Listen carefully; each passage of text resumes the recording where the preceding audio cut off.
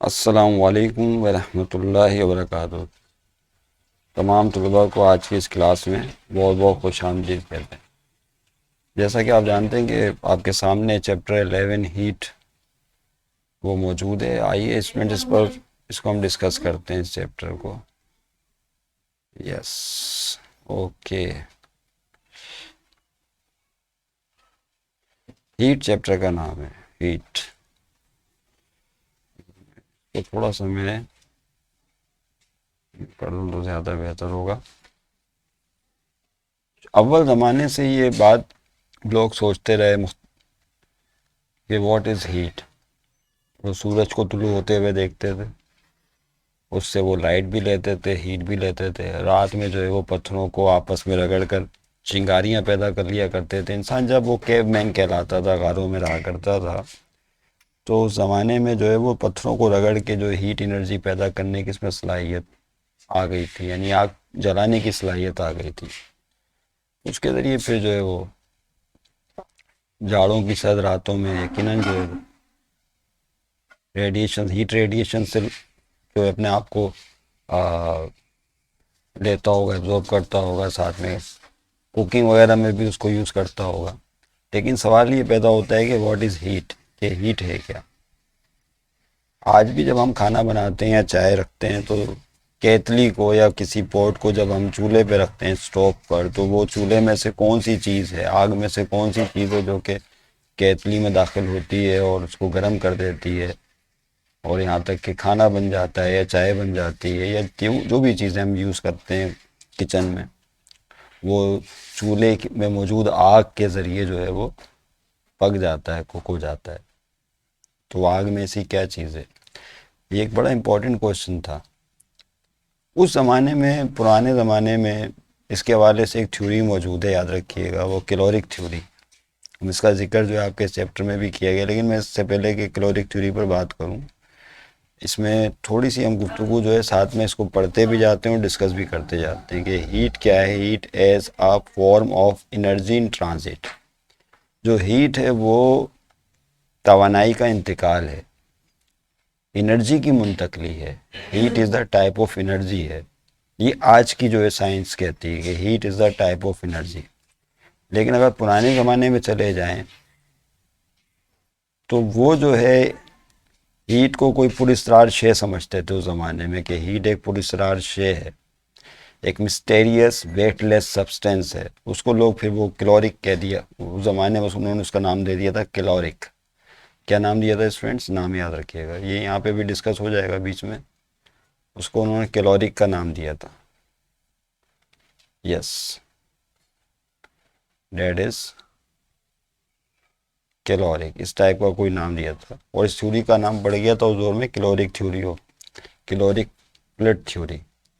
यह एक पुरस्कार शे था, सयाल मादा था, फ्लूइड था, जो हर मटेरियल में मौजूद होता था, किसी में ज़्यादा किसी में कम।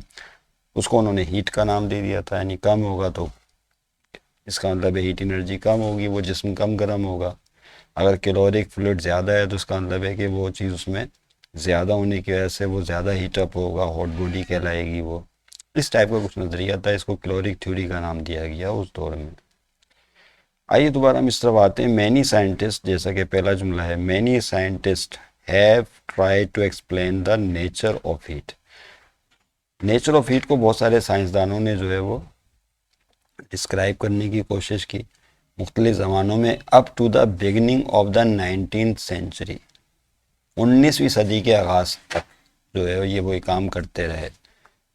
It was considered as a weightless fluid. ये माना गया कि ये हीट जो है बेवजन सयाल शे है, वेटलेस फ्लूइड है, बहने वाली चीज़ है कोई। उसको नाम दिया गया उस ज़माने में कॉल्ड कैलोरिक, कैलोरिक का नाम दिया गया, वेटलेस फ्लूइड है जिसको हीट कहा गया। Which existed in every material body, जो हर मादी जिस्म में मौजूद होता है। पुराने नज़रिए के मुताबिक hot bodies were said to contain more caloric. इसका मतलब है जो गर्म जिस्म होंगे उनमें कैलोरिक प्लेट ज़्यादा होगा देन द कोल्ड बॉडी के मुकाबले में। Okay, the caloric theory explain satisfactorily many process. अच्छा, ये जो थ्योरी थी इसने बहुत सारी चीज़ों को एक्सप्लेन भी किया, ऐसा नहीं कि बिल्कुल ही रद्द कर दी गई बाद में, इसको एक्सप्लेन किया। सच एज हीट कंडक्शन, मिसाल के तौर पर हीट कंडक्शन में इसको एक्सप्लेन किया गया। अब हीट कंडक्शन क्या है, आप अगर आप सरिये का एक पीस लें और उसका एक सिरा आग पर रख दें तो आप देखेंगे कि थोड़ी देर के बाद हीट एनर्जी सरिये के एक सिरे से दूसरे सिरे तक मुंतकिल हो जाएगी, यानी जो सिरा आपके हाथ में है वहाँ तक मुंतकिल हो जाएगी। इसको कंडक्शन कहते हैं। इसका मतलब है कि वो जो कैलोरिक फ्लूइड है, जो हिस्सा आग पे था, उसने हीट एब्जॉर्ब की और वो इस तरफ बहने लगा जहाँ पर आपका हाथ मौजूद है ज़्यादा मिकदार में, तो वो चीज़ आपको फिर गर्माइश महसूस होने लगी। तो हीट कंडक्शन में जो है इसकी मिसाल मिलती है। And making of substance in calorimeter, इस तरह से मिक्सिंग ऑफ सब्सटेंसेस दूसरी मिसाल है। कैलोरीमीटर के अंदर मुख्तलिफ चीज़ों को हम मिलाते हैं। आपको याद है ना, अमूमन स्पेसिफिक हीट मालूम करने के लिए कैलोरीमीटर इस्तेमाल किया जाता है। वो एक बर्तन होता है, आपने प्रैक्टिकल भी आप करेंगे अगर नहीं किया आपने, तो उसमें जो है वो वाटर इस्तेमाल किया जाता है और उसके बाद उसमें कोई भी सब्सटेंस जिसकी स्पेसिफिक हीट कैलकुलेट करनी होती है उसको गर्म करके डाल देते हैं। हीट एनर्जी लॉस्ट होती है, एब्सॉर्ब होती है, फिर लॉ ऑफ हीट एक्सचेंज लगाते हैं और एक इक्वेशन बनती है जिससे स्पेसिफिक हीट अननोन सब्सटेंस की निकल आती है। वो तो खैर हमारी बहस नहीं है, यानी उस कैलोरी थ्योरी के मुताबिक वो उसको भी सेटिस्फाई कर रही है कि हीट एनर्जी एक सब्सटेंस से दूसरे सब्सटेंस में मुंतकिल हो रही है, पानी में मुंतकिल हो रहा है फ्लूइड, इस तरह से जो है वो बर्तन जो की दीवारों में मुंतकिल हो रहा है कैलोरीमीटर की, और आ कहाँ से रहा है, जो आपने हॉट बॉडी या हॉट सब्सटेंस उसमें डाला है। तो कुछ चीज़ों को उसने एक्सप्लेन भी किया उस ज़माने में, लेकिन बात यह है कि वो फिर इस थ्योरी को रद्द क्यों किया गया। तो दिस कॉन्सेप्ट ऑफ हीट, आगे बढ़ते हैं, this concept of heat fluid, ये जो क्लोरिक फ्लूइड का कॉन्सेप्ट है, was challenge by count Rumford. ये एक साइंटिस्ट थे काउंट रमफोर्ड, उन्होंने इसको चैलेंज किया। ये बादशाहों का शायद दौर था जब वो जंगें तलवारों के ज़रिए लड़ी जाती थी या तोपों के ज़रिए लड़ी जाती थी, कैनन के ज़रिए। तो ज़ाहिर है आप जानते हैं कैनन या तोप बनाने के लिए एक बैरल होता है, उसके बीच में बोर करना पड़ता है, होल करना पड़ता है, उसमें से मटेरियल निकालना पड़ता है ताकि होल बने, फिर उसमें गोला डालकर फायर करके उसको दुश्मन पर फेंका जाता है। जंग के मकासद में उसको इस्तेमाल करते हैं, कैनन को इस करते थे। Heat he observed while supervising the boring of cannon, कि जब कैनन में बोरिंग की जाती है तोप के अंदर, that as cannon barrel were being bored, तो कैनन बैरल जो होता है उसको उसमें सुराख किया जाता है, बोर किया जाता है। तो a tremendous amount of heat was given of, एक बहुत ही बड़ी मिकदार में हरारती तवानाई जो है वो रिलीज होती है बहुत ज़्यादा बोर करने के नतीजे में, according to the caloric theory. अब कैलोरिक थ्योरी क्या कहती है इस मौके पर, ये हीट एनर्जी कैसे डेवलप हो गई इतनी, since the metal chips cut off by the drill, क्योंकि ड्रिल के ज़रिए होल किया गया और मेटल चिप्स को ड्रिल करके बाहर निकाला गया, तो हैव लॉस्ट कैलोरिक, तो उसने कैलोरिक को लॉस्ट कर दिया।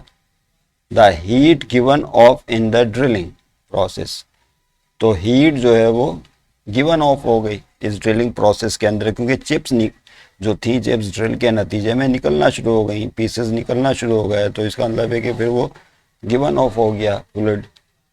ओके, अब आगे कह रहे हैं the chips should not be the same as the original metal. अब वो जो चिप्स थी वो ओरिजिनल मेटल की तरह तो नहीं थी, which had not lost caloric, जिन्होंने कैलोरिक को लॉस्ट नहीं किया था, but Rumford was unable to find any difference between the chips and the original metal in respect to their ability to hold or give off heat। यानी इसका मतलब ये हुआ कि जो भी मेटल चिप्स थी जो निकाली गई और जो बाकी मानदा कैनन का हिस्सा बचा, उन सब में उनमें कोई डिफरेंस नहीं था। जो हीट एनर्जी चिप्स की थी, वो जो टुकड़े थे, पीसेस थे आयरन के जो निकले, उसमें से जो हीट एनर्जी इनमें थी, गरमाइश थी, वही हॉटनेस जो है वो कैनन में भी थी। इसका मतलब है कि वो मेटल निकालने के बावजूद फ्लूइड का जो कॉन्सेप्ट था कि क्लोरिक फ्लूइड बाहर आ गया तो हीट जो है कम हो जानी चाहिए, वो नहीं रहा। ऐसा नहीं था, बल्कि हीट एनर्जी में कोई डिफरेंस नहीं था। जितनी तेज गर्म जो है बोर के नतीजे में कैनन का हिस्सा था, और वही हीट एनर्जी जो है वो निकलने वाली चिप्स में थी। तो अब यहाँ एक सवाल पैदा हो गया, in order to further investigate, जब मजीद इन्वेस्टिगेट किया तो Rumford made use of very dull drill.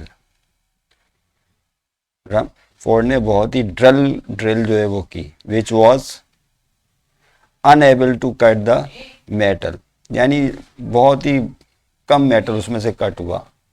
तो heat was evolve in apparently, फिर भी हीट एनर्जी जो है वो ज़ाहिरी तौर पे जो है वो खारिज हुई। As long as the borer was rotated and the supply of heat was inexhaustible, यानी इस मौके पर भी जब मामूली सी ड्रिलिंग की गई तब भी हीट एनर्जी जो है वो रिलीज हुई। कहने का मकसद ये है, तो he concluded that heat was due to the rotation of the borer and not from the metal itself. उन्होंने नतीजा निकाला कि हीट जो है वो किसकी वजह से थी, रोटेशन ऑफ द बोरर। वो जो बोरर था, ये बोर करने वाली मशीन थी, उसकी रोटेशन की वजह से हीट एनर्जी पैदा हुई। जब वो बोर हो रहा था, फ्रिक्शन पैदा हो रही थी, रगड़ पैदा हो रही थी, उस वक्त वो हीट एनर्जी डेवलप हुई। और मेटल के अपने अंदर वो हीट एनर्जी का कॉन्सेप्ट जो था वो यहाँ फेल हो जाता है। As a result of this experiment and experiment perform by Joule, फिर उसके बाद जूल ने भी एक्सपेरिमेंट किया, तो वो इस नतीजे पर पहुंचा, as a result of this experiment and experiment perform by Joule, दो दूसरे साइंटिस्ट जूल थे, उन्होंने अपने तौर से एक एक्सपेरिमेंट किया। The scientist came to interpret heat not as flow of substance, इसका मतलब है कि हीट जो है फ्लो ऑफ सब्सटेंस नहीं है, किसी चीज़ का बहाव नहीं, इसको कैलोरिक का नाम दिया गया है, but as transfer of energy, लेकिन ये तवानाई की मुंतकली है। When heat flows from a hot to a cold one, जब जिस हीट एनर्जी हॉट बॉडी से कोल्ड बॉडी की तरफ मुंतकिल होती है। इट इज़ एनर्जी, ये असल में टाइप ऑफ एनर्जी है। It is energy that is being transferred from the hot to the cold object, जो हॉट से गर्म जिस्म से ठंडे जिस्म की जानिब मुंतकिल होती है। Thus heat refers to energy that is transferred from one body to another because of difference in temperature. बस हीट एनर्जी जो है असल में तवानाई का इंतकाल है जो टेम्परेचर डिफरेंस की वजह से होता है। यानी एक बॉडी का टेम्परेचर ज़्यादा है, वो ज़्यादा हीट अप है, दूसरी बॉडी का टेम्परेचर कम है, वो कोल्ड बॉडी उसके मुकाबले में, तो हीट एनर्जी ट्रांसफ़र होगी हॉट से कोल्ड की जानिब। तो ये ट्रांसफ़र ऑफ एनर्जी है, कोई कैलोरिक फ्लूइड नहीं है। Heat is not the energy date a body contains in it. इसका मतलब ये हुआ, ये बड़ा इंपॉर्टेंट जुमला है कि हीट जो है कोई वैसी एनर्जी नहीं जो किसी बॉडी में क्लोरिक की शक्ल में मौजूद हो, नहीं। It refers to the amount of energy transferred from hot to a cold body. भाई इसका हवाला ये है कि ये असल में तवानाई का इंतकाल है हॉट से कोल्ड बॉडी की तरफ, दैट्स इट। समझे बात को? तो once the heat energy is transferred to a body, जब हीट एनर्जी ट्रांसफ़र हो जाती है किसी बॉडी की जानिब, it is converted in the internal energy of the body, वो उस बॉडी की इंटरनल एनर्जी में कन्वर्ट हो जाए। ये एक बड़ा इंपॉर्टेंट क्वेश्चन था, जब मुंतकिल हुई कोल्ड बॉडी की तरफ तो उसने क्या किया, वो उसकी बॉडी की जो इंटरनल एनर्जी उसमें कन्वर्ट हो गई। अब उस इंटरनल एनर्जी में बॉडी के जो एटम्स हैं उनमें वाइब्रेशंस होंगी, वाइब्रेशन एनर्जी होगी, स्पिन एनर्जी होगी, रोटेशनल एनर्जी होगी, यानी उसकी बहुत सारी शक्लें हो सकती हैं। काइनेटिक एनर्जी होगी एटम्स या मालिक्यूल्स के अंदर, ये तमाम तर तवानाइयों का मजमुआ एक्चुअली उसकी इंटरनल एनर्जी कहलाएगा। तो the internal energy is the sum of all the microscopic kinetic and potential energies of the molecules in the body, यानी बॉडी के जो मालिक्यूल हैं उनमें तमाम तर तवानाइयों का जो मजमुआ है, काइनेटिक और पोटेंशियल एनर्जी का मजमुआ, वो उसकी इंटरनल एनर्जी कहलाता है। और वो बढ़ता या घटता हीट एनर्जी की वजह से है, जब उसमें दाखिल हो या उससे रिलीज हो। तो द एस आई यूनिट, उसके बाद फिर S I unit of heat, S for many form of energy joule. यही वजह है कि जो हीट एनर्जी का यूनिट है वो जूल रखा गया, जूल टॉमस जूल के नाम पर रखा गया, साइंटिस्ट के नाम पर। तो अब एनर्जी, हीट एनर्जी किसी भी शक्ल में होगी वो, या एनर्जी की शक्ल, हीट जो है किसी भी शक्ल में हो, यूँ समझ लें किसी भी तवानाई की शक्ल में हो, तो वो जो है उसका यूनिट जूल कहलाएगा। अब वो काइनेटिक एनर्जी हो, पोटेंशियल एनर्जी हो, वाइब्रेशनल एनर्जी हो, रोटेशनल एनर्जी हो, एनर्जी की कोई भी शक्ल में हो सकती है, तो उसका यूनिट क्या लेंगे, हम जूल लेंगे। तो इस पूरी बहस से पता चला कि हीट जो है वो असल में तवानाई की मुंतकली है एक जगह से दूसरी जगह। और ये जो नज़रिया था उस ज़माने में कि हीट जो है असल में एक वेटलेस क्लोरिक फ्लूइड है, फ्लूइड है जो हर बॉडी में मौजूद होता है। कम होगा तो वो ठंडा जिस्म कहलाएगा, ज़्यादा होगा क्लोरिक तो वो गर्म जिस्म कहलाएगा। इस कॉन्सेप्ट को काउंटर फोर्स साइंटिस्ट ने उस ज़माने में यकसर मुस्तरद कर दिया और बातिल नज़रिया करार दिया और साबित किया कि ऐसा क्लोरिक नाम का फ्लूइड मौजूद नहीं होता। प्रैक्टिकली कैसे साबित किया वो हमने एक्सप्लेन किया यहाँ पर आपके सामने, कि किस तरह से जो है उन्होंने वो तोप के अंदर बोरिंग की और बोरिंग के नतीजे में क्लोरिक निकल जाना चाहिए था, क्योंकि चिप्स निकल आई बाहर बोर के नतीजे में। जो मेटल चिप्स थी वो कट कट के बाहर निकल रही थी, तो फ्लूइड को भी बाहर जाना चाहिए था। तो एनर्जी जो है बाकी मानदा कैनन की कम होनी चाहिए थी, लेकिन ऐसा नहीं होता। जो एनर्जी जो है बाकी मानदा कैनन की होती है, बैरल की, वही एनर्जी जो है वो चिप्स की भी होती है। दोनों सेम गरमाइश के साथ होते हैं। इसकी मिसाल ऐसे ही, आप दोनों अपने हाथों को रगड़ें, जब आप हाथों को आपस में रगड़ते हैं तो जो हीट एनर्जी पहले हाथ में होती है वही हीट एनर्जी दूसरे हाथ में पैदा हो जाती है। तो सवाल पैदा हुआ कि हीट एनर्जी कहाँ से आ गई, तो रबिंग के नतीजे में वर्क हुआ, वही वर्क जो है असल में फ्रिक्शन की वजह से एनर्जी में कन्वर्ट हो गया, जिसको हीट एनर्जी का नाम दिया गया। Is that clear? तो this is the concept of energy. और इन हीट एनर्जी जो है वो तवानाई का इंतकाल है। और ये याद रहे कि हमेशा वो हॉट बॉडी से कोल्ड बॉडी की जानिब ही मुंतकिल होती है। और जब वो मुंतकिल होगी तो वो कहाँ जाएगी, किस शक्ल में जाएगी, तो क्लोरिक नाम की फ्लूइड की शक्ल में नहीं होगी, बल्कि वो उस बॉडी की जो एटम्स या मालिक्यूल्स हैं उनकी जो इंटरनल एनर्जी है उसकी सूरत में अपेयर हो जाएगी। अब इंटरनल एनर्जी किसे कहते हैं वो भी मैंने डिस्कस किया। वो वाइब्रेशंस हो सकती है एटम्स की, वाइब्रेशन एनर्जी। एटम्स जो है वो अगर स्पिन कर रहे हैं, मालिक्यूल स्पिन कर रहे हैं, तो स्पिन एनर्जी। पोटेंशियल एनर्जी मौजूद है क्योंकि एटम्स के अंदर इलेक्ट्रिक फील्ड होती है, याद रखिएगा, इलेक्ट्रिक फोर्सेस काम कर रही होती हैं, तो इलेक्ट्रिक पोटेंशियल एनर्जी की सूरत में भी मौजूद हो सकती है। एटम्स मूव कर रहे हैं तो काइनेटिक एनर्जी की सूरत में भी मौजूद हो सकती है। तो इन तमाम तर तवानाइयों का जो सम अप है वो इंटरनल एनर्जी है। और ये बढ़ता और घटता किसकी वजह से है, तवानाई के इंतकाल की वजह से, एनर्जी हीट एनर्जी के आने की वजह से या हीट एनर्जी के जाने की वजह से। उम्मीद है कि आप समझ गए होंगे। तो ये था आज का टॉपिक। भी हमारा नेक्स्ट टॉपिक जो है वो टेम्परेचर होगा, तो इंशाल्लाह इस पर फिर हमारी गुफ्तगू आपसे जारी रहेगी नेक्स्ट क्लास में। खुदा हाफिज़।